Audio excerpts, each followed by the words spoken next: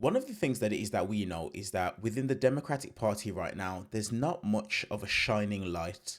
There's not an individual who sticks out, and that is the person that we can say, this is going to be the person that is going to lead us to the promised land. But there is a glimmer of hope. And that hope comes in the way of Representative Jasmine Crockett from Texas.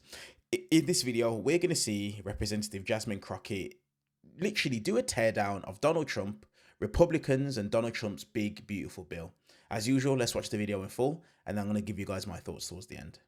Next guest that we're bringing out tonight here at this live town hall is Congresswoman from Texas, Jasmine Crockett. Come on out, Congresswoman. Great to see you. Oh my God, you look amazing. You look amazing. Come on out.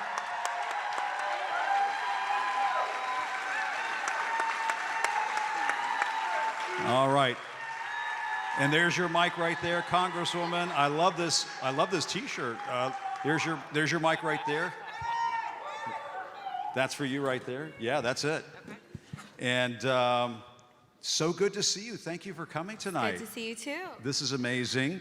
And for the folks who are maybe in the back there, they don't quite see what's on that T-shirt.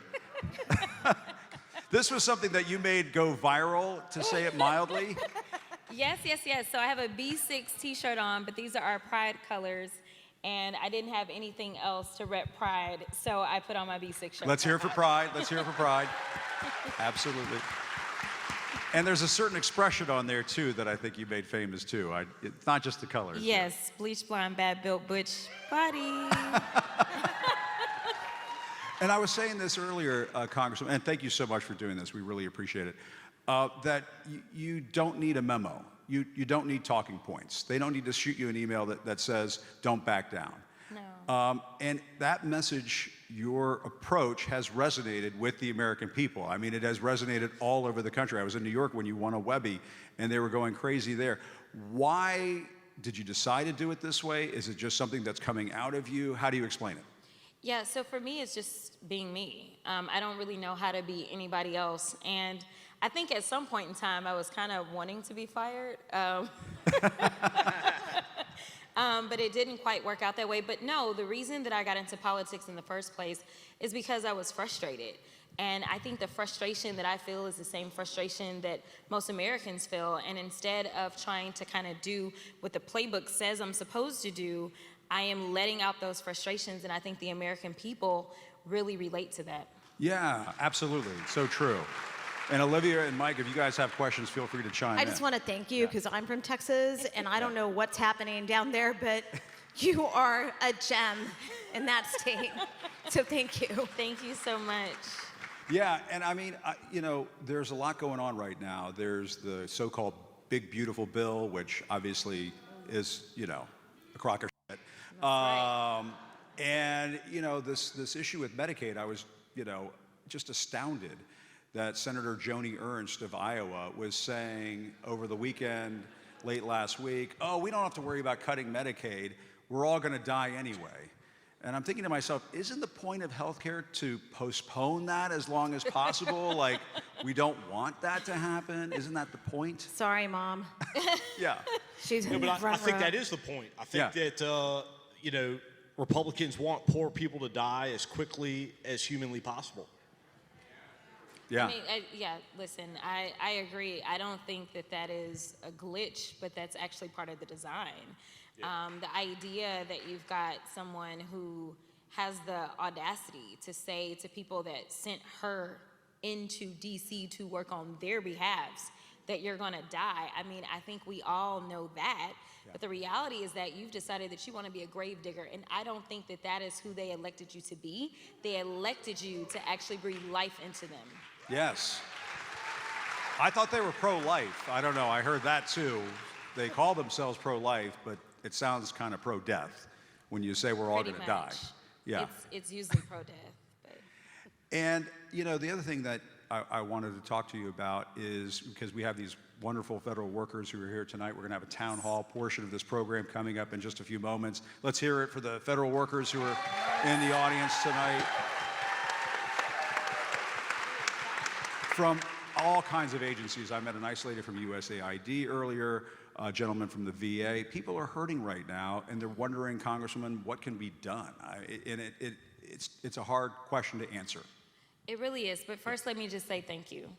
Our federal workers, they have called y'all anything but a child of God. And it has been so frustrating for me because, again, my mom has worked for the federal government for almost 40 years. And so, yeah, no, thank God.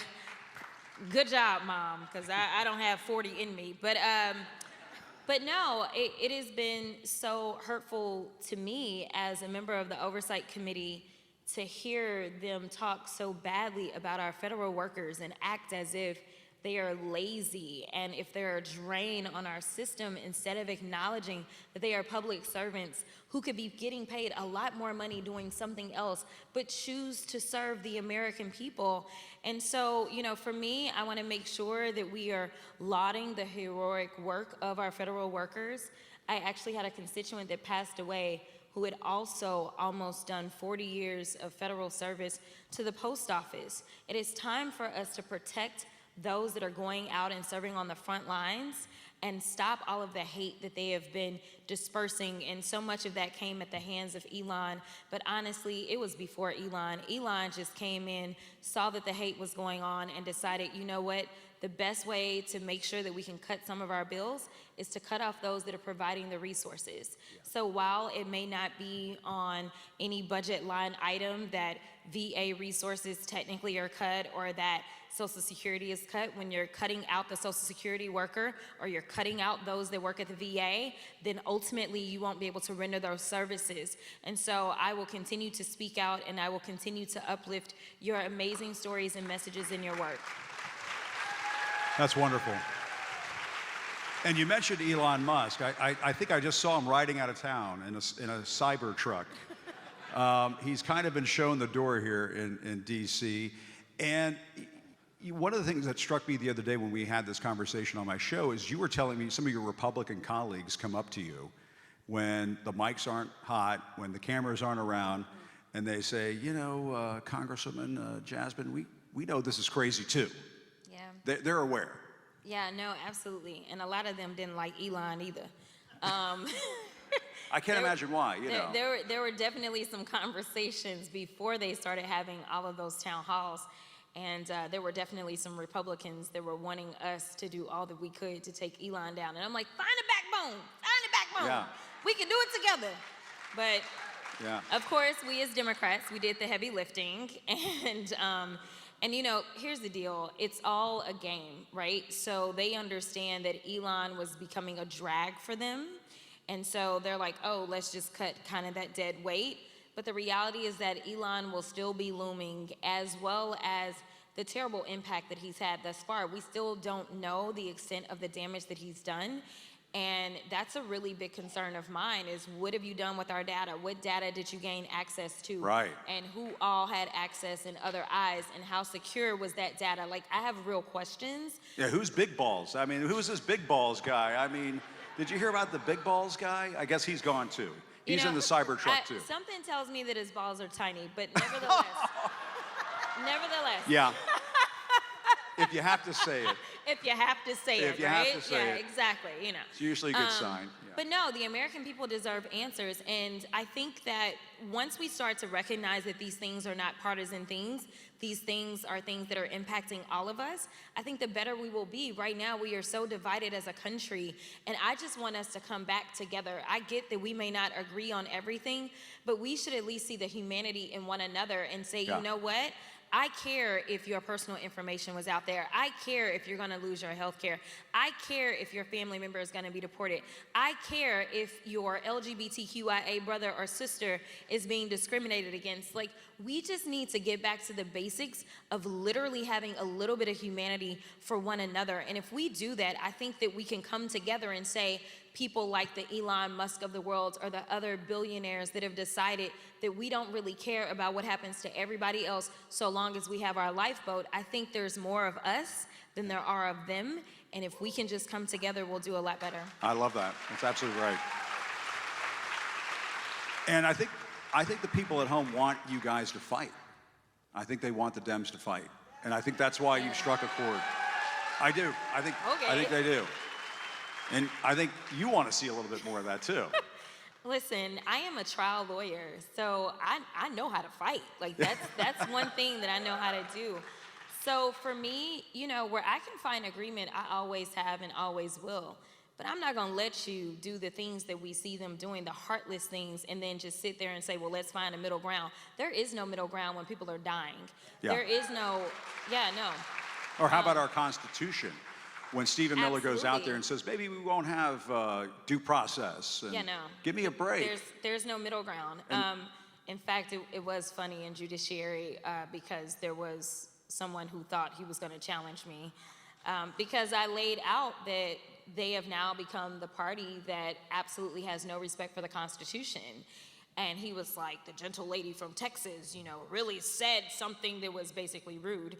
And so he's like, can you explain? Oh, yep, I can, right? And, so he wanted to debate with me about due process. And I was like, bro, this is not one of the complicated ones, it's kind of clear. And so I made sure that I educated him on what due process looks like in various realms, whether you're talking about the civil realm or the criminal realm, and how we have different kind of levels to it, but everybody gets it no matter where they're from, so long as they are here. And then he wanted to quote this terrible Supreme Court to me. And I was like, honey, you gotta be misquoting them. And so we went and got the opinion, and I entered that opinion into the record and quoted this terrible Supreme Court, who at least still understands the basics of due process. So no, whether it's due process or birthright citizenship, or trying to roll back women's access to the ballot box by passing the stupid SAVE Act out of the House that would definitely disproportionately impact married women, or whether we're talking about really our civil rights, they're trying to roll back our civil rights as well, or whether we're talking about if he is going to violate the Emoluments Clause, which we have argued that in his first administration, he was in violation of the Emoluments Clause. But there's a whole list of constitutional rights. Yeah, he wants a free plane from Qatar and meme coins. And I appreciate the Qataris because they want to clarify on the record who asked who. I saw that. Did you guys see this the other day? Apparently, the Qataris said, oh, by the way, it was Trump who asked us for the plane. Yeah, and talk about being inefficient. I have been on Air Force One. It is nice. It is nicer than a lot of people's homes. I mean, the carpet is quite plush. I mean, you don't feel anything. It is a really nice ride, okay? But have you seen Donald Trump's apartment in New York, though? It doesn't have all the gold plating, No, but I know that his other plane is pretty raggedy, so I don't even know. He got upgraded, so I don't even know why he's complaining. But beyond that, there are, I want to say, maybe 2 Air Force One planes that actually are already on order and are supposed to be available in 2027. And one of the members that's on another committee, he told me that no one is talking about the fact that it's going to cost all this money to retrofit the Qatari plane and the amount of time. They're saying that by the time they retrofit it, to actually be up to snuff, which I just assume he didn't care about all the security concerns. Yeah, there might be some bugs in there. You might want to go through that. But the other 2 planes would be ready by then. Yeah. So I'm just like, what is the point? Math has never been his strong point. No. But everything has been your strong point, Jasmine Crockett, Congresswoman. Thank you so much for doing this. We appreciate it. The rising star, Jasmine Crockett. Let's hear it. Let's hear it, folks. Genuinely, every single time I hear Jasmine Crockett speak, I'm just inspired and motivated. And like I said, I literally feel and see there's a little bit of hope for those of you that are in the States on the left. You definitely need more Jasmine Crockett's in the Democratic Party. Now, a point was made in this clip speaking about Republicans wanting poor people to die, and I genuinely believe that it's a very, very good point. I really do believe that it's a very good point because, we know that those people that are on the right, the Donald Trumps, the Elon Musks, all of these individuals are now wealthy individuals. They want and they focus on wealthy individuals, hence the reason as to why they're so focused on doing things like passing tax cuts for the rich and keeping the poor poor and making them even more poor. That is the exact reasoning behind it. And we know it without a shadow of a doubt. Now, in the clip, you heard Republican was quoted, and she said that people are going to die anyway. And like I said, that is the truth. And my mom always brought me up on a quote. And that quote, it says, when people tell you the truth, you have to believe them. You have to. It doesn't matter that she came out after, issuing an apology, talking about this, that, the other. And like Jasmine Crockett said, she was elected, put into a position of power to look after her constituents. Not to tell them that it is that they shouldn't worry about, certain things because of the fact that they're going to die anyway. Like, that's just the reality. And the final point, Jasmine Crockett spoke about there's more of us than there is of them. Now, look, I am not directly affected by anything that it is that the Republicans and MAGA do over in the States because I live in the UK. But I am even over here myself playing my part, trying to do what it is that I can to try and make a stand when it comes to Donald Trump, MAGA, and these Republicans. And Jasmine Crockett is right. There are more of us than there is of them. But the problem is this: people won't come together and won't stand up against these individuals. Understand, there's more poor people that are fans and that voted for Donald Trump, knowing that his policies are going to hurt them as opposed to helping them. There's more of us than there is of them. But people have just not woken up and they're not believing Donald Trump for exactly what it is that he said he's going to do. And that in of itself is an issue right there. As usual, guys, I always want to hear your guys' points of view, your guys' comments in the comment section down below. Please let me know what it is that you guys think about this clip with Jasmine Crockett. While you're down there, hit that subscribe button and turn on the bell notification so that you get notified every single time we upload a brand new video. And also, while you're down there, hit the thumbs up button purely for the YouTube algorithm. I appreciate you guys, and I'll see you guys in the next one.